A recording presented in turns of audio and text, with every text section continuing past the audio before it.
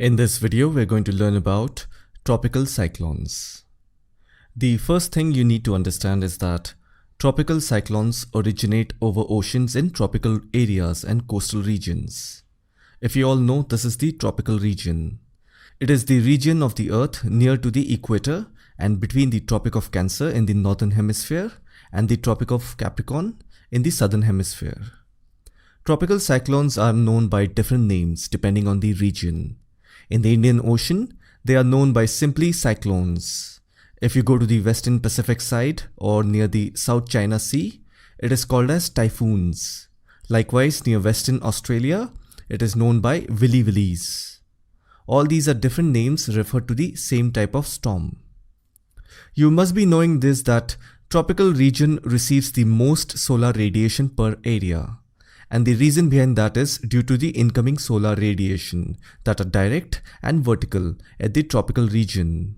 And as you move towards the polar region, the angle of the sun rays are not vertical, they are slanting rays. Vertical rays of sunlight are more effective in producing light and heat than slanting rays. And that's why the tropical region is warm.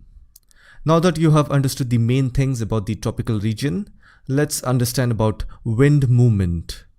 Wind movement is determined by low pressure and high pressure systems. It is the differences in atmospheric pressure that creates pressure gradient and makes the wind move. And wind always blow from the areas of high pressure to low pressure areas. Now the next question is, what causes low pressure and high pressure? Low pressure occurs when air is warm, either from being over a warm land or ocean surface. That means low pressure occurs at a place which is warm. And how does a place become warm? Because of the incoming heat from the sun. That is why tropical region is a perfect place where low pressure occurs. Similarly, high pressure occurs when air is cool, either from being over a cool land or ocean surface. That is why in the polar region, that is your north and south pole, it is a high pressure zone. And always remember, winds blow from the areas of high pressure to low pressure areas. While all of this happens, there is another important phenomena which comes into the picture. It's called Coriolis force. Due to the rotation of the Earth rotates towards the east, and that's why the sun, moon, planets and stars all rise in the east and go towards the west.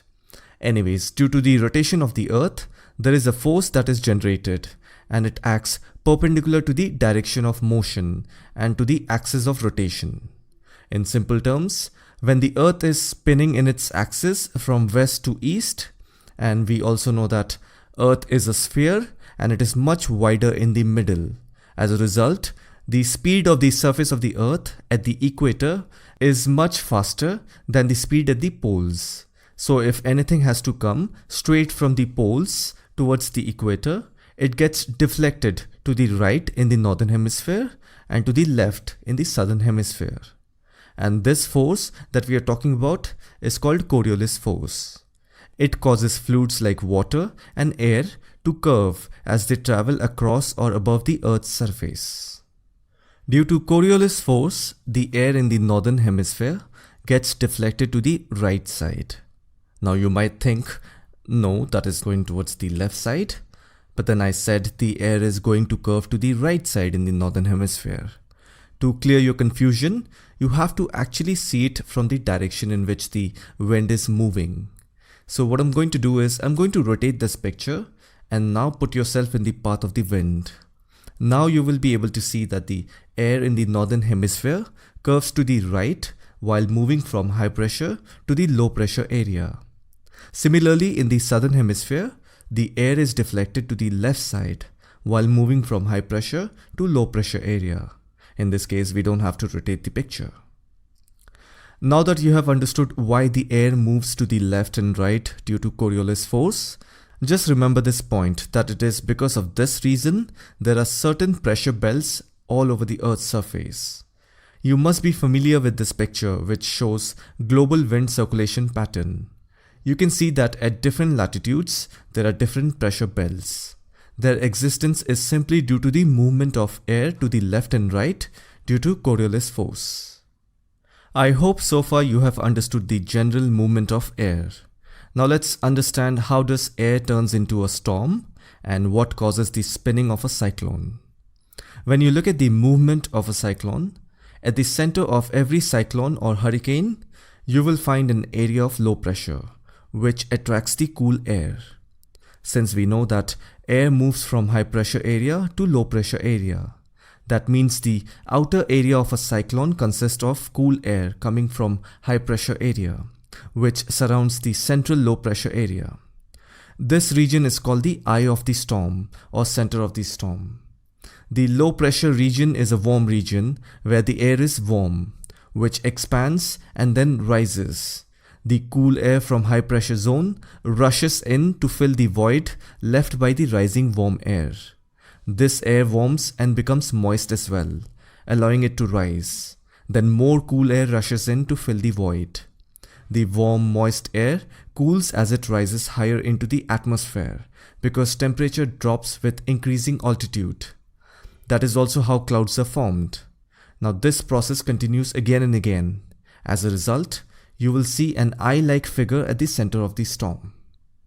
Now comes the Coriolis effect.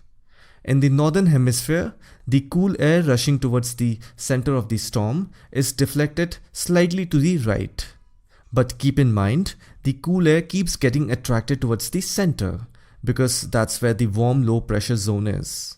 While moving towards the center, the cool air keeps getting deflected. Now this creates a spin in a counterclockwise direction. In the southern hemisphere, the Coriolis effect moves air to the left, opposite to what happens in the northern hemisphere. As a result, the spinning of the cyclone is in a clockwise direction in the southern hemisphere. Tropical cyclones are intense, and in the beginning we have read that it occurs over the ocean surface and coastal region because there is a continuous supply of moisture from the ocean or sea. When it reaches the land, the moisture supply is cut off and the storm dissipates.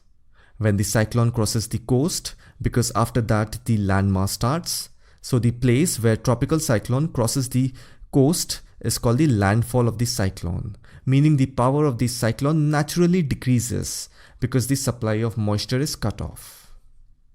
The average diameter of a circulating tropical cyclone can vary between 150 and 250 kilometers. However, the diameter of the storm over the Bay of Bengal, Arabian Sea, and Indian Ocean is between 600 to 1200 kilometers.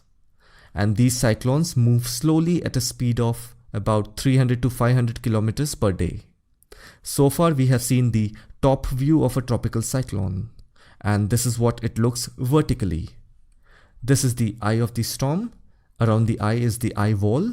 If you look at the height of the cyclone, the circulation of the tropical cyclone extends up to the troposphere. That is around 15,000 to 18,000 meters.